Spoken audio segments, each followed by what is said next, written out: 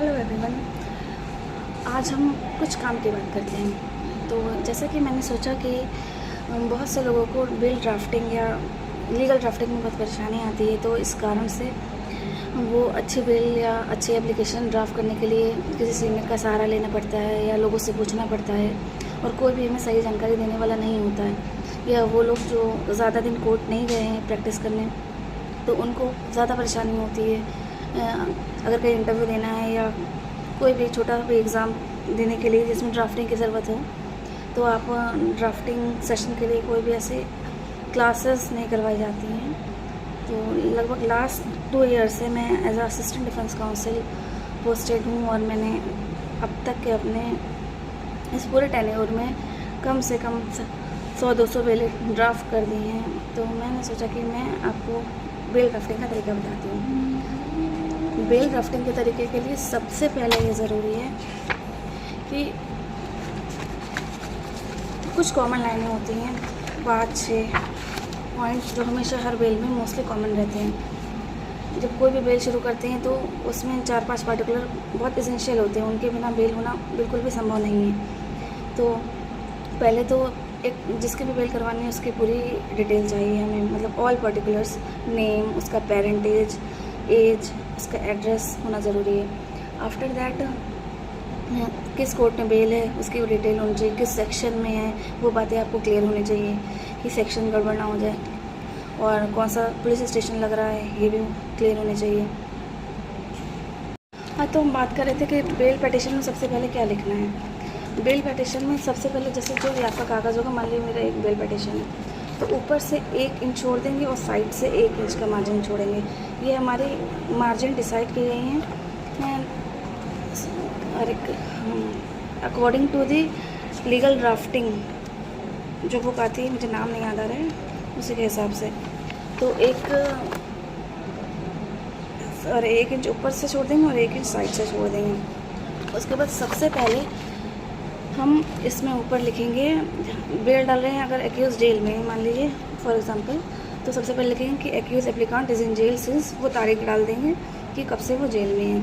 उसके बाद हम 1-2-3 इतना स्पेस देंगे, फिर हम लिख देंगे कि किस कोर्ट में बेल जानी है, हम कोर्ट का नाम लिख देंगे, in the honourable court of ACJM first second जो भी हो। मान लें अगर हम मजिस्ट्रेट के बेल ड्राफ्ट कर रहे हैं, तो उसके बाद हम थोड़ा इतना स्पेस छोड़ के 2 लाइन का, फिर हम एक्यूज़ की पूरी डिटेल लिखेंगे, जैसे कि एक्यूज़ का नाम, एक्यूज़ मीन्स वो इंसान जिसकी आप बेल डाल रहे हैं, जिसका एक्यूजेशन लगाया गया है। तो आप उसका नाम, उसकी एज, उसके फादर नेम, उसका residence and with PS and district. उसके बाद हम डैश बना करके नीचे लिख देंगे एक्यूज़ एप्लीकांट, फिर वर्सेस लिखेंगे।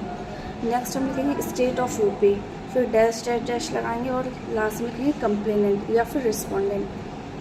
वर्सेस स्टेट इसलिए हमेशा लिखते हैं क्योंकि जो भी क्राइम होता है वो हमेशा स्टेट के अगेंस्ट माना जाता है, क्योंकि स्टेट की ड्यूटी है हमें प्रोटेक्ट करना।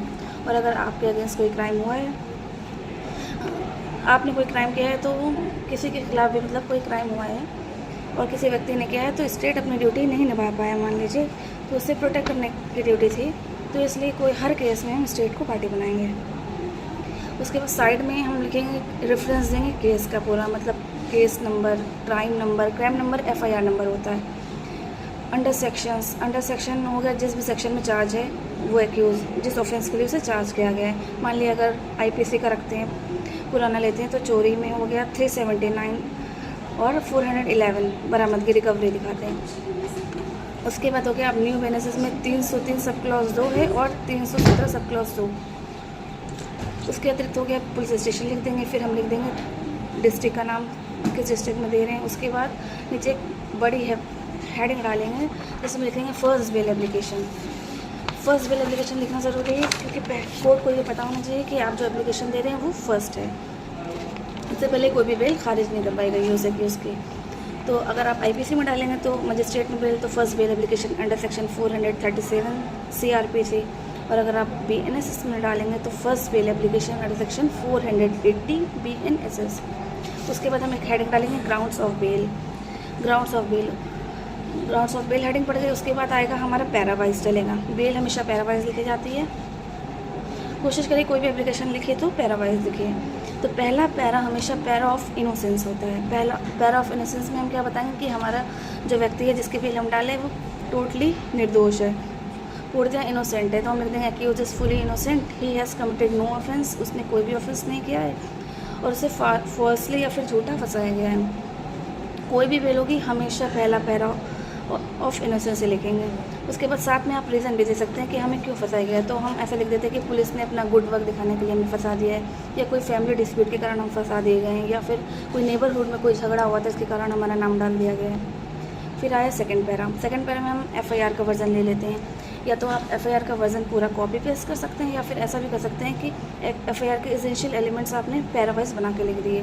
पहले हमने लिख दिया कि according to this said offence, FIR occurrence कब हुआ, अकरेंस हुआ है इस डेट को इस तारीख पर, वाइल इस एफआईआर वाज लॉन्च्ड ऑन इस डेट को इस तारीख पर, और delay in lodging the FIR इतना है, जबकि पुलिस स्टेशन से प्लेस ऑफ कंसर्न जो जहाँ पे घटना हुई है वो इतनी दूरी है।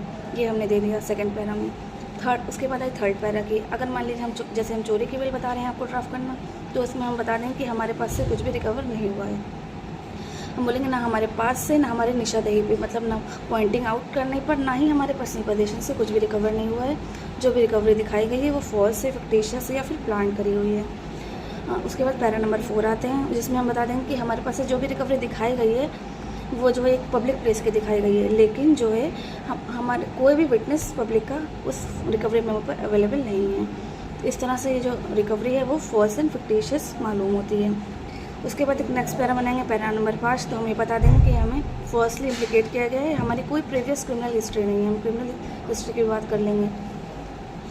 उसके बाद हम बोल देंगे कि जो है जो पुलिस ने जो अरेस्ट किया है और जो रिकवर किया है सामान, तो पुलिस ऑफिसर ने आपस में अपनी जमा तालिशें नहीं ली थी और अपने पास से कुछ दिखा दिया है। ऐसे तो जब भी रिकवरी में वो बनता है उसमें पुलिस वाले लिखते हैं कि हमने आपस में एक दूसरे की जमा तलाशी ली और उसके बाद ये पुष्टि करी, तब हम वो लिया सामने वाले की तलाशी ली, लेकिन हम अपना एक पॉइंट बनाने के लिए ये लिख सकते हैं। उसके बाद हम कहते हैं कि जो है अरेस्ट के टाइम पुलिस ने जो है CRPC के मतलब प्रोविज़न का उल्लंघन किया है। नेक्स्ट पैरा ये आ जाएगा, जैसे हम बोलेंगे the witnesses of the recovery memo are police personnels, they are interested witnesses.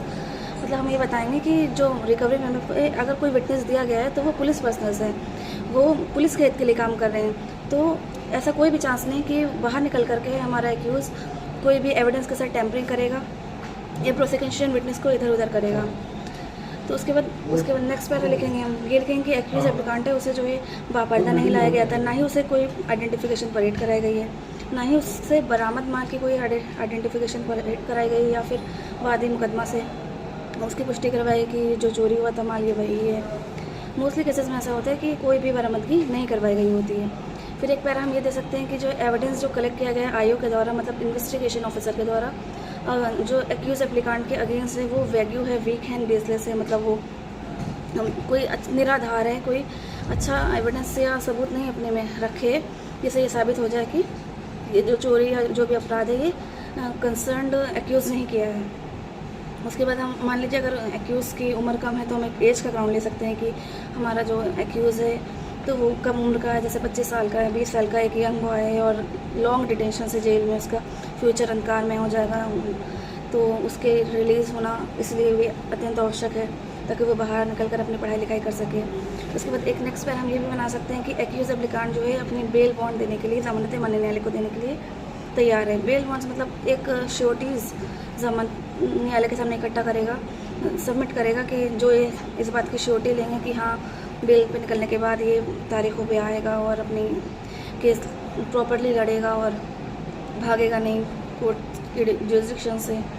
That's all. उसके बाद जो है एक हम ये भी कह सकते हैं कि पैरा बना सकते हैं इसके बाद कि ये मेरी फर्स्ट बेल एप्लीकेशन है। इससे पहले माननीय न्यायालय में हमने कोई भी एप्लीकेशन दाखिल नहीं की है, ना ही कोई पेंडिंग है, ना ही कोई रिजेक्ट करी गई है। एक ये पैरा हर बेल में कंपल्सरी होता है, चाहे वो लोअर के हो या सेशन के। उसके बाद हम मान लीजिए प्रेयर करते हैं लास्ट में, जब हमारे सारे ग्राउंड्स पूरे हो जाते हैं, नंबरिंग पूरी हो जाती है, फिर हम हेडिंग बनाएंगे या आप पैराग्राफ चेंज करके भी लिख सकते हैं कि प्रेयर। तो प्रेयर में हम कह दें कि ऑनरेबल कोर्ट से एक हम्बली रिक्वेस्ट है कि हमारे बेल पिटिशन को एक्सेप्ट करें हमें, और एक रिलीज़ का ऑर्डर हमारे फेवर में पास करें। During the pendency of trial, ताकि जो है हम ट्रायल के चलते हुए बाहर निकल आएँ। उसके बाद साइड में हम एक्यूज एप्लीकांट लिख देंगे, अपना नाम लिख देंगे कि हमारी तरफ से ये बेल दी गई है। उसके बाद नीचे थ्रो काउंसिल आ जाएगा। थ्रो काउंसिल में अधिवक्ता अपना नाम लिख देता है और अपना registration number etc। That's all. ये है एक बेल पिटिशन।